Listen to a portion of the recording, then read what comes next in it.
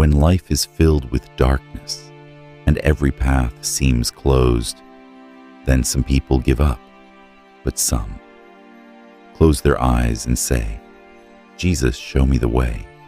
This is the story of a man who had lost everything, but when he believed in Jesus, he found the way was there where he could not see it. Have faith. You will find the way. This is the message of today's story, inspired by a true story which will touch your heart. Shivering in the cold winds on the streets of New York, a young man, John, without a roof, without a job, and without any hope. He was just surviving, not living. There was no dream in his eyes, only fatigue. Fatigue beaten by life. There was a time when John had everything, a good job, a loving family, but his addiction to alcohol took it all away. Mother's death, wife's separation, and then getting fired from the job. Now he had just a bag and a corner, the bench outside the church. Every night he slept there, looking up at the sky and saying, "Are you real, Jesus? If you are, then why are you making me sleep hungry?" He was angry, broken, shattered, but somewhere there was a small flame left in his heart, the flame of faith. One night, shivering in the cold winds, John was sitting at the door of the church when an elderly woman came. White hair, smiling face. She put her hand on John's shoulder and said, "Son, Jesus has not forgotten you. He just wants you to call him with all your heart." John was shocked. Someone had called him son after so many years.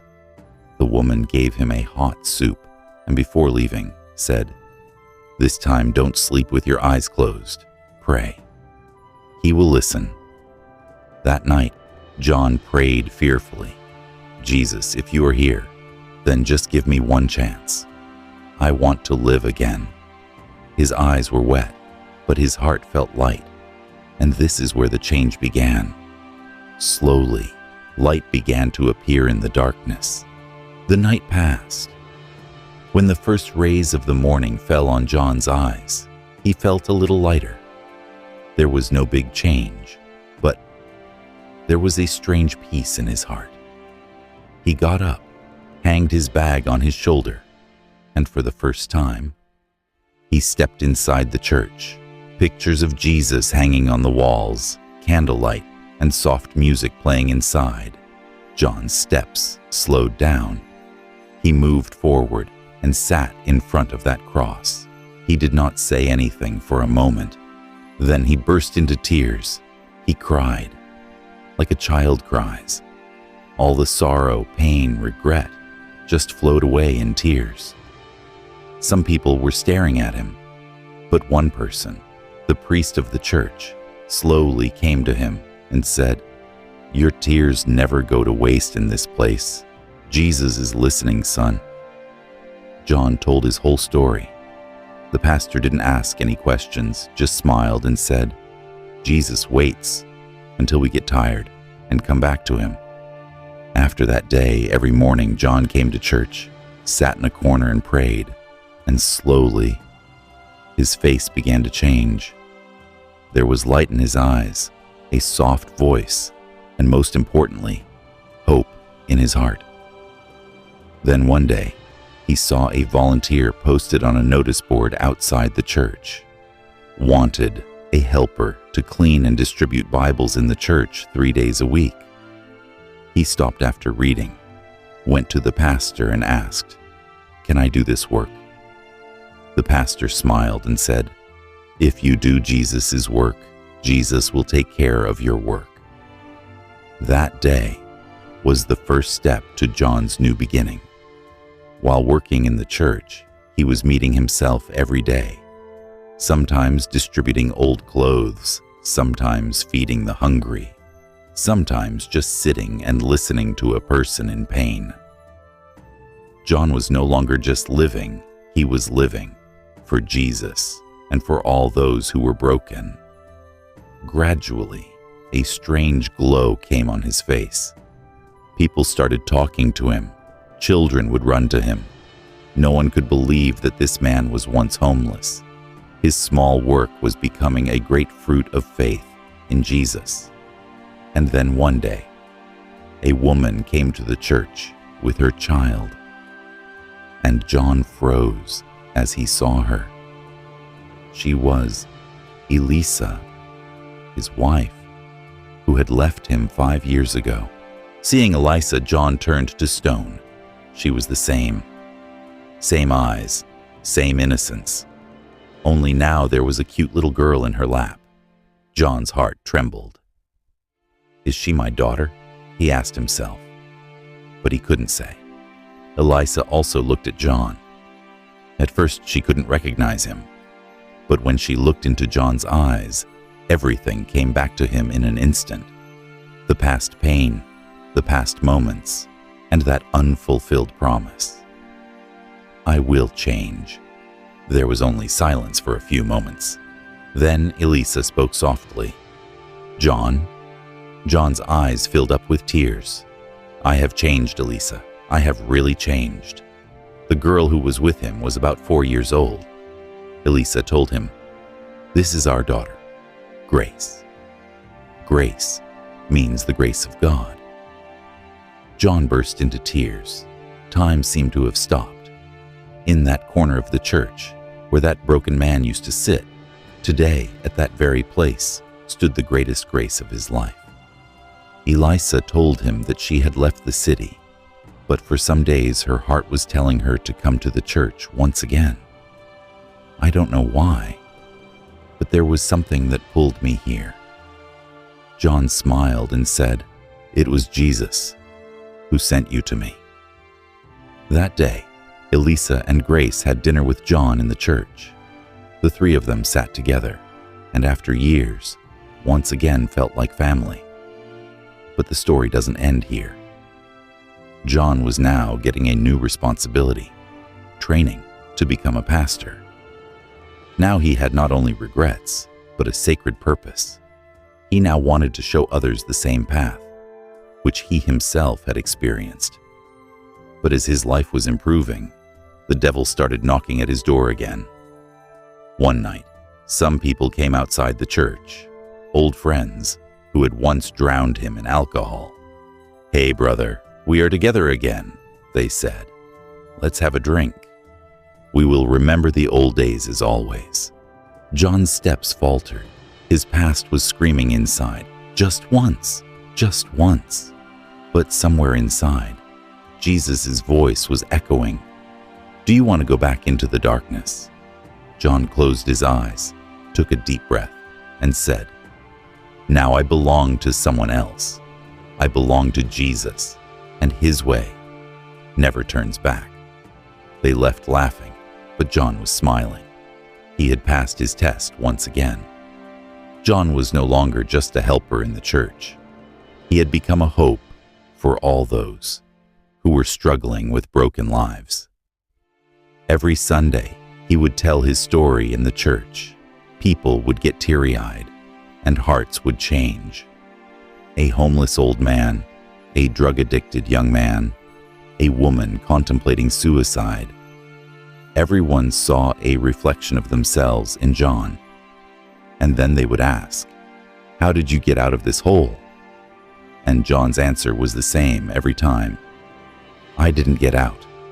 Jesus picked me up." Now he taught children, showed the way to young people, and supported the old. But he knew not everyone's story was the same. So he started a Hope Center, a small mission hall where anyone could come, for food, for medicine, or just to talk to someone. Gradually, the crowd started increasing there. John spent his day and night between the church and Hope Center, but his face never showed fatigue. One day, a small child came to him. "Mr. John, my mother keeps crying. Papa has left us. Can Jesus make Mother happy?" John sat on his knees and held the child's hand and said, "Jesus does not just make people happy. He also unites hearts. He calms the storm." The child smiled and went away, but John's eyes filled with tears. He remembered. He too was once a child like that, broken, scared. But now, he had become a wall for others on which they could rest their heads. One day, the mayor of the city visited Hope Center. He was surprised to hear John's story. He said, "This city needs people like you, who don't just talk, but become an example themselves." John smiled and said, "I am nothing. I am just a specimen of a broken person whom Jesus has joined again." But where there is light, darkness also tries to enter. Protests started in the city against the Hope Center. Some people started saying, "This is just a show. This is a trick of the church. This is a money-making scheme." John started getting blamed. Headlines ran in the media. The truth behind the Hope Center? Has John really changed? That night, John was sitting alone. In the cold air of New York, the same old question came to mind again. Jesus, why all this? But this time, there was no fear, no anger. There was just peace. He opened the Bible, and the verse came up. "Blessed are those who are persecuted for righteousness." John closed his eyes, took a deep breath, and said, "I am ready, Lord, for I am no longer alone, for the kingdom of heaven is theirs." John was falsely accused. People tried to ruin his name. Protests broke out outside the church. Threats came in to shut down the Hope Center. But John, he remained silent. He didn't fight back. He didn't blame anyone. He just kept repeating the same words. "The one who lifted me up will carry me through this storm too." And then came the day. A massive city event. John was invited to speak, not as a pastor, not as a hero, but as a man who had once lost everything and found his way back through faith. Thousands gathered. Cameras were rolling.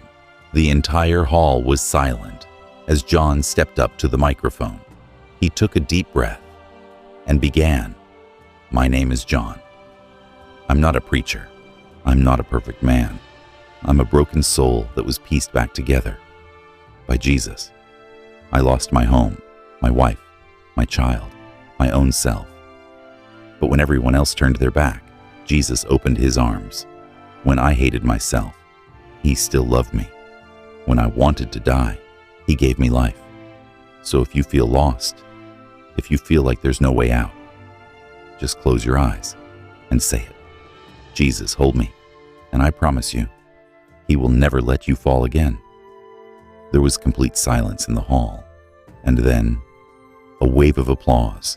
People stood up, tears flowed, strangers hugged each other. That day, John became more than just a man.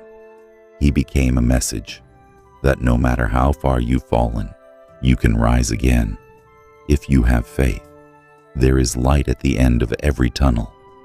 If you walk through it with faith, Jesus doesn't just heal your wounds, he gives you a brand new heart.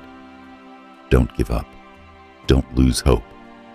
Because one day, your greatest pain will become your greatest purpose. If this story touched your heart, please like this video. Comment below, "I choose faith over fear." And don't forget to subscribe to this channel so we can continue bringing you more such powerful, life-changing stories. Jesus loves you, even when you don't love yourself.